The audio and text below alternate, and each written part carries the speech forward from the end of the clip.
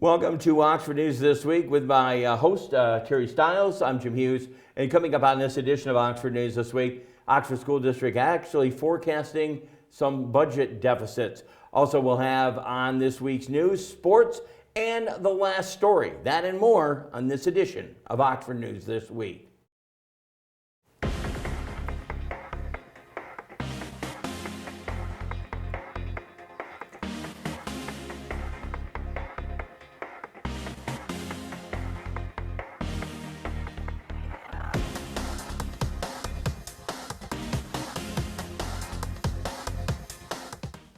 And welcome back to this edition of Oxford News This Week. The Oxford Community School District is forecasting a cumulative budget deficit over the $5 million through 2028. Superintendent Dr. Vicki Markovich and the Director of Budgets Courtney Makowski presented an update on the projected deficit during the regular board meeting on January 23rd. Markovich said the large contributor to the deficit is the loss of the one-time COVID-19 support money, a number that was in millions for the district. Additional support funding from federal and state resources in response to the Oxford High School shooting will also end shortly. Markovich said the district saved over $1 million last year by reducing 8 staffing positions. She says the reductions in the administrative staff serve to keep resources at the classroom and building levels. The proposed cuts for the next year total $2.5 million. Despite cuts to personnel, the district has had to hire other staff back as numbers grow in the special education department. The full 5-year reduction plan is available at oxfordschools.org. Also, updates on the current budget are set to be presented near the end of the school year. Terry? The Oxford Fire Department averted a crisis by rescuing 2 teenagers who fell through the ice on Paint Lake on January 28th. The teens were about 75 yards from shore near the access site on the lake when a boy went completely under the water and the other had one leg fall through. The submerged boy resurfaced and held onto an ice shelf until firefighters used a rescue sling to pull him to safety. He was unable to kick his feet to assist the firefighters, which Oxford Fire Chief Matt Majestic says is a bodily response to the freezing temperatures. The boy whose leg went through the ice was able to get himself out and get to shore. From the time the teams fell through the ice until the time the fire department made the rescue was about 16 minutes. Chief Majestic warned that the thickness of melting ice does not matter because it becomes filled with weakened hollow points and does not have the integrity to hold up. The boy who fell completely through has been transported to the hospital as a precaution. Jim? And a pretty cool story here. Oxford and Orion teaming up in the Orion Community Television 14th Annual Food Drive to benefit the Oxford Orion Fish Food Pantry.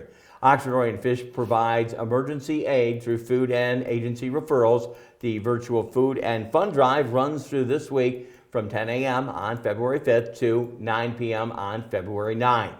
The drive is televised, airing for 5 full days and nights with live studio elements each day. Orion Community Television is again partnering with us, Oxford Community Television, here in Oxford to spread the word. Orion Neighborhood Television Executive Director Ian Locke and our own Terry Stiles working together on the telethon will raise more money and collect more food for the shelves of fish.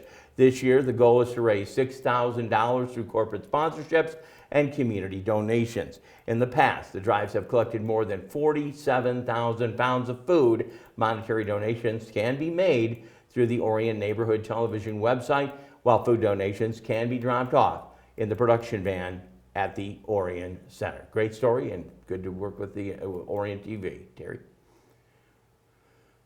The Oxford Downtown Development Authority director is seeking to fill an open board position after the December resignation of Dorothy Johnson, a member who had served for 13 years.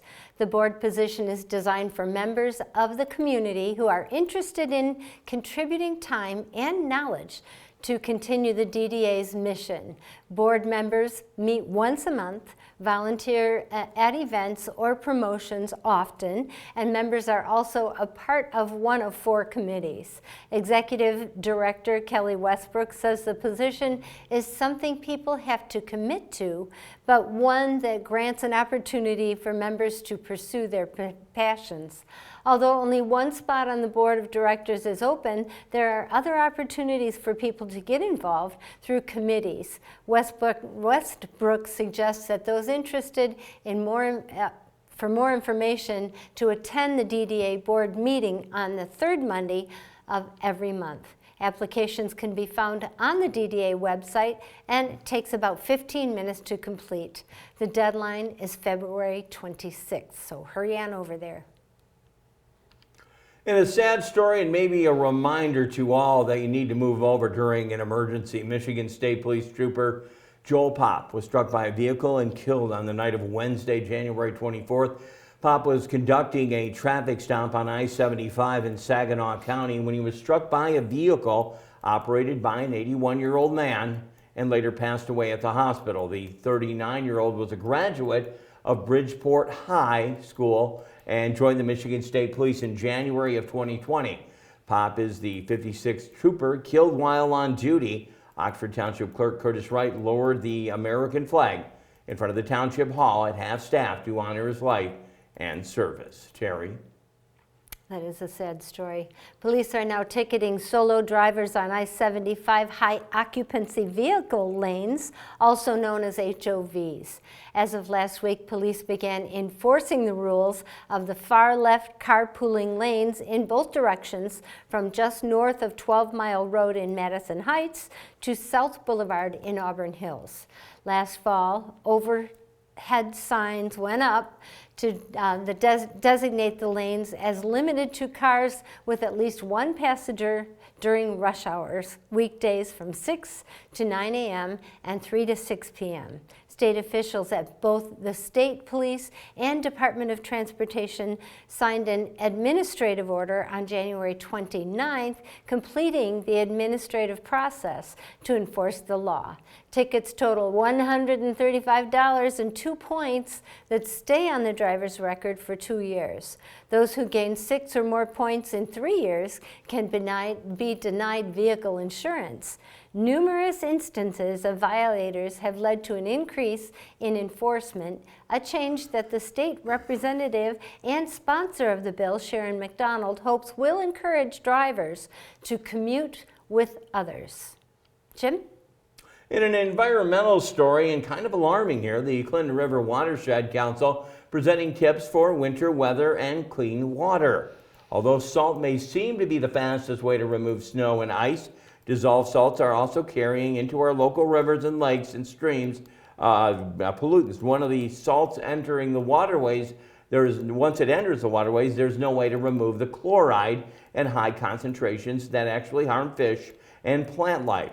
So at the start of what could be a freezing February, the Watershed Council recommends shoveling first, using salt sparingly, and sweeping up any extra that is left visible on dry pavement. More salt does not necessarily mean less ice. The average size of a 2-car driveway is roughly around 600 square feet, which means homeowners should use less than 12 ounces of salt for the whole thing.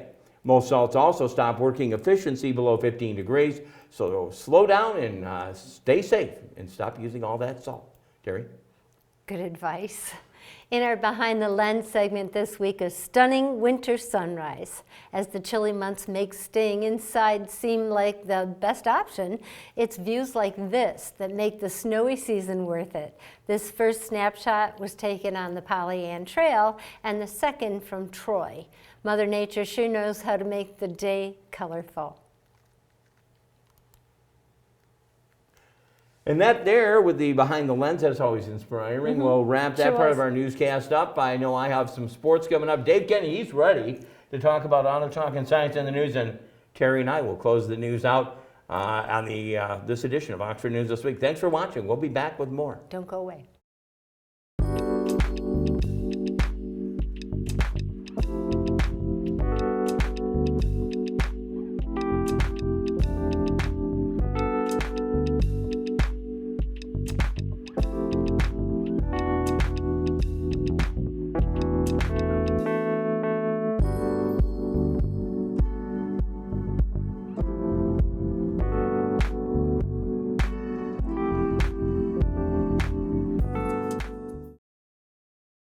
Welcome to this edition of Auto Talk. I'm Dave Kenny, and these stories are taken from Automotive News. Most 2023 electric vehicles could take a driver to Buffalo from Detroit on a full charge. A decade ago, most EVs would only make it a third of that journey before needing to charge. The median range for an electric vehicle grew to 270 miles for the 2023 model year, a nearly 200-mile climb from the 82 miles of 2013, according to the EPA. The median increased 13 miles from the 2022 model year. The ultra-luxury 2023 Lucid Air Grand Touring achieved the top range of 516 miles. The average driver in the U.S. covers 37 miles per day, according to the Department of Transportation. That means a full charge of 270 miles would enable more than a week of commuting for the average driver. The median EV range reached a high of 270 miles for the 2023 model year, a significant boost from the first modern EVs that achieved a 68-mile median range in the 2011 model year, according to the EPA. High-range numbers are crucial for broad EV adoption, said Robbie DeGraff, product and consumer insights analyst at Auto Pacific. Despite the relatively short average commute, the bigger numbers are what really sell, he said. Americans are wary of EV range and charging limits. Many are concerned about getting stranded far from a charging station, according to a recent Auto Pacific survey of 9,553 respondents. Nearly half of the respondents who would not consider an EV said they feared losing charge and being stranded. It was their second highest concern, following wariness around the cost of battery replacements or repairs. More than a quarter of the respondents who have purchased an EV and or would consider buying another one said EVs now have sufficient range for their needs, while a third of the EV rejectors said the range per charge is still too short, according to Auto Pacific. Even though most Americans don't drive the 516 miles daily the Lucid Air can provide on a single charge, or even 270 miles, you want that guarantee that you could make it as far as you needed to go if something were to happen, DeGraff said. Well, in our next story, Tesla is recalling nearly 200,000 Model S, X, and Y vehicles in the U.S. due to a software malfunction that could obstruct drivers' visibility while reversing, the National Highway Traffic Safety Administration said on January 26. The development comes less than 2 months after the company recalled nearly all its vehicles in the U.S. to install new safeguards in its Autopilot advanced driver assistance system. The rear view malfunction caused by software instability might decrease the driver's visibility, that is, and increase the risk of a crash, the regulator said. The recall affects the S, Y, and X models from the 2023 model year, Tesla said. The automaker has released a free over-the-air software update to address the issue, according to NHTSA. As of January 22nd, Tesla had identified 81 warranty claims that may be related to the rear view condition, the regulator added. NHTSA opened its August 2021 probe into Autopilot after identifying more than a dozen crashes in which Tesla vehicles hit stationary emergency vehicles. Well, that's it for this edition of Auto Talk. I'm Dave Kenny. Stay tuned to Oxford Community Television.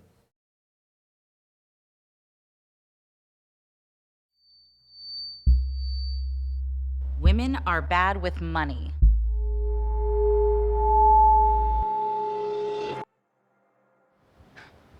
It's what the world's been saying for centuries.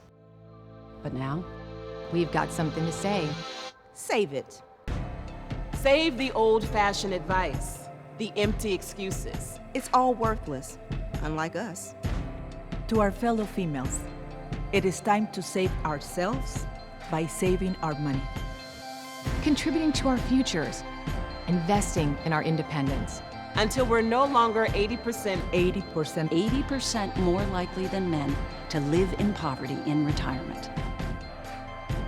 So again, we say to that, save it. The falsehoods, the feelings of fault, then the funds.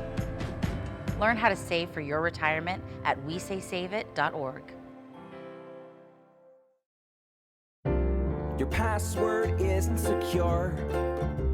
There's nothing that a hacker loves more, but there's an easy thing you can do to prove the logger in is you. Authenticate, Strong Authenticate. Make your logins extra safe. Protect your identity from tragic fate. Authenticate, Strong Authenticate. Use your fingerprint, your face, or a code. At home or work or on the road. 2 steps are safer than 1 or 3 or 4. And keeping data safe is so much fun. Authenticate, Strong Authenticate. Make your logins extra safe. Protect your identity from tragic fate. Authenticate, Strong Authenticate.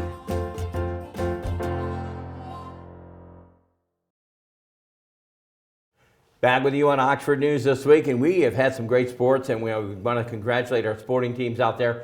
Wildcat bowling team faced off against Notre Dame Fighting Irish of Avon North Hill. That was on the 25th of January. The girls took home both Baker games with scores of 164 and 167. While in match play, they tied and won 9 out of 10 matches.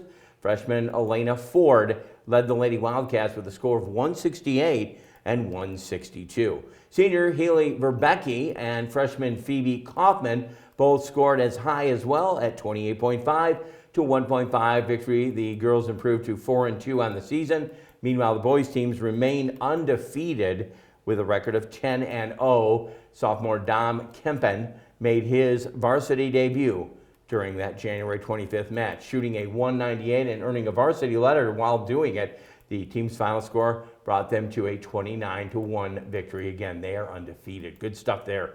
Also, time for some short sports bites right here. Oxford Junior wrestler Luke Johnson recently hit the 100 career win. That's a milestone there. During the Oakland Activities Association quad match against Rochester, Johnson reached his milestone by way of a first period fall. He would later go on to win a match at 101 against Clarkston. Johnson has even more time to improve his record throughout the upcoming senior year season.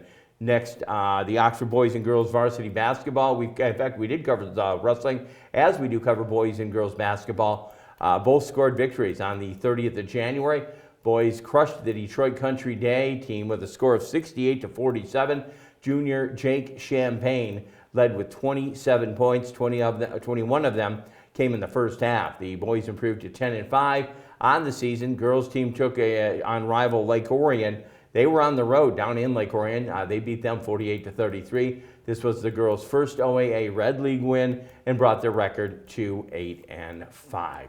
Good stuff there, Oxford Sports. We're back. I know Dave Kenny's got one more thing happening, and we'll close this newscast. And we have the last story. Our own Terry Stiles will bring that to you. You're watching Oxford News This Week. When a crisis hits, close to home and across the globe, nonprofits are on the front lines, ready to serve. Keep coming. The demand for charitable services has skyrocketed, and nonprofits are rising to meet the needs. Healing, nurturing, rescuing, honoring, protecting, caring, inspiring. The work of philanthropic organizations of all sizes, across all missions, has never been more important. And it's donors and volunteers like you who make all this possible. Thank you. Together, we change the world. The Nonprofit Alliance. Hi, I'm Peyton Manning, and I'm partnering with the American Red Cross this year to tackle blood shortages. Giving blood's important because every 2 seconds, someone actually needs blood, and unfortunately, only like 3% of the U.S. population donates. So we have to step up to give and to make sure there's plenty of blood available for those in need. Visit redcrossblood.org to get in the game and make an appointment to give. Welcome to Science in the News. I'm Dave Kenny, and this story is taken from New Scientist. Learning to play the piano causes complex changes in brain activity that shift over time. Initially, areas of the brain associated with memory, integrating sensory information, and processing movement become highly activated, but this lessens as learners become more musically proficient. Previous studies have looked into the reorganization of someone's brain activity while they are playing an instrument, but these have generally been short and based on only one scan. To learn more about this process, Alicia Olszewska at the Nensky Institute of Experimental Biology in Poland and her colleagues studied 24 people as they learned to play the piano over 26 weeks. This involved a teacher showing them basic techniques, as well as coaching them through 8 increasingly complex pieces of music during 13 45-minute classes. The participants were also encouraged to practice at home for 4 hours a week. After 1, 6, 13, and 26 weeks of training, the researchers used functional magnetic resonant imaging to scan the participants' brains as they attempted to play the increasingly complex pieces. The scan showed that playing the piano activates multiple areas across the brain, including the auditory cortices that are involved in processing sounds, and the motor cortices involved in planning and executing movements. Over 26 weeks, activity changed little in the auditory cortices, but it generally decreased in the motor cortices. A reduction in brain activity represents its optimization, which would be expected as the participants' piano playing skills progress, says Oleszka. The plans would also reveal that learning to play the piano initially activates other areas of the brain, including the cerebellum, which coordinates movement, and the parts of the parietal cortex, which integrate different types of sensory information. The researchers also found increased activity in the hippocampus involved in memory and the basal ganglia, a set of deep brain structures involved in initiating and controlling voluntary movements. Activity in these areas similarly decreased as the participants' training progressed. This suggests their underlying neural processes became increasingly optimized alongside improvements in their musical proficiency, says Olszewska. There are different ideas about how learning instrument changes brain activity. According to the expansion and renormalization concept, such training causes gray matter volume to first increase and then decrease as musical proficiency improves. Another explanation states that separate neural pathways that process information side by side contribute to people simultaneously learning the right order of the movements required when playing an instrument along with their timing, speed, and force. Tell that to your music teachers. Well, that's it for this edition of Science in the News. I'm Dave Kenny.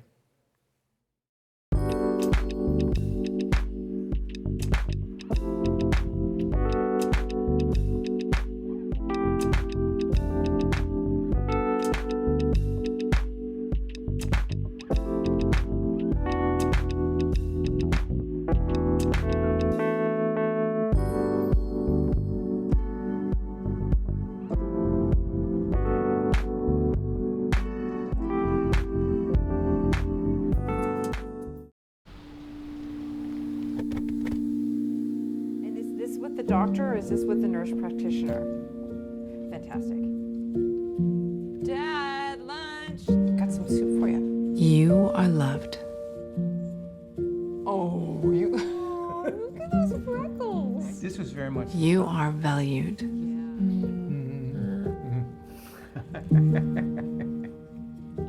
You are strong.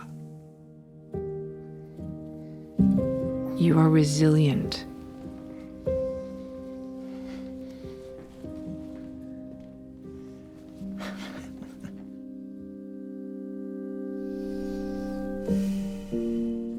You got this. You're there for them. We're here for you. Find free care guides to support you and your loved one at aarp.org/caregiving.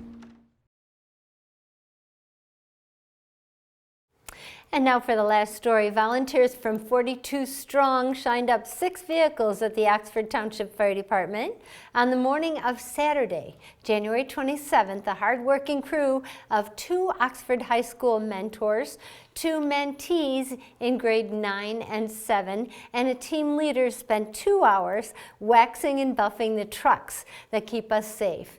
In addition to polishing an ambulance and fire engine, 42 Strong donated a buffing wheel, wax, and wiping cloths. 42 Strong is a peer mentoring program inspired by the life and character of late Tate Meyer. The program connects mentors in grades 10 through 12 to mentees in grades 6 through 9. Thank you, 42 Strong, for your selflessness and community spirit. Congratulations. Well, that's going to wrap up another news and Terry. Very Hey, cool. before we get out of here, actually, as they say, that 42 Strong with Tate Meyer, I mean, that Very benefits the cool. family. Now, you guys are doing something with Orion now.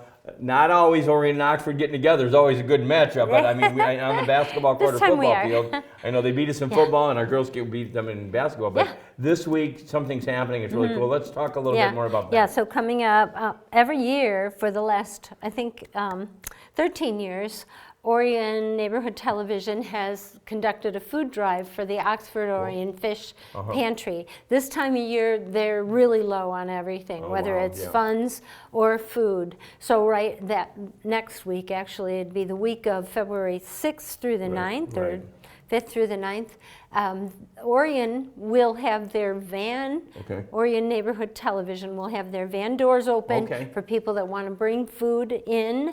There's also, we have it running on our screen 24/7. People can go to a GoFundMe page and donate, or they can even come here and give us a check. They can give us food, whatever it takes.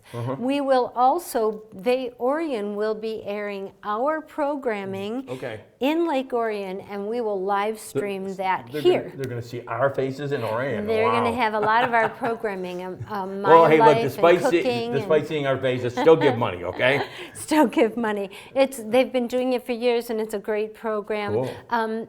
Orion Neighborhood Television is at 1349 Joslyn Road in Lake Orion at that senior center. Just before you get to Canterbury Village, actually. Correct. It's on the right side. Yep. It's easy to see. I see it every time when I'm coming here. It's on the east side of Joslyn Road. Yep. And if you don't want to stray out of the house, you can make a monetary donation. That's always a good thing. I mean, we were listening to, there was another telethon going on today. And right now with people that are unemployed, I mean, heat's a problem, like electricity's a problem. Definitely food's a problem. And, we have multiple food agencies in our town here, but this one here is a big one, and you definitely want to be a part of that. They can also go to the Orion webpage for that link to the GoFundMe, and the Orion webpage is oriontv.org. And then click on that GoFundMe link. Now, let me ask you, and this is right, maybe I don't know about this. Now, do they take phone calls, or is it specifically on the computer and stuff like that? Mostly on the computer. I'm sure it wouldn't hurt to take a phone call, but you've got to get that money transferred as well. You can also bring food here to us at 2795 Seymour Lake Road. I got some right now for you. I'll give you some thank today. you. Okay. We'll take it. Okay, no problem. Hey, sounds like a great program. Again, Orion and Oxford partnering up, and we always love our friends in Orion. They've always been a strong source of our a lot of things here. OCTV actually can be viewed here on Spectrum Charter Channel 191 and Channel 99 on the HEU Verse system. Check us out here on YouTube, Facebook, Rumble, and you know where I watch, Roku as well. If you have a show idea or would like to volunteer at OCTV, give our office a call. It's so easy to do. A special thank you to producer, director, and technical guy, Kyle Snage. All the videographers we have out there. Our writer extraordinaire, she does it from afar, but she does it well, our Allison Miller. Also, we'd like to thank our programmer, Connie Miller, and of course, our station manager extraordinaire, who got by in front of the camera again, Terry Stiles, who's going to be helping out on the food drive. For everyone here at OCTV, I am Jim Hughes, hoping you have a safe week. I do invite you back next time, and again, we will take a look at Oxford News This Week.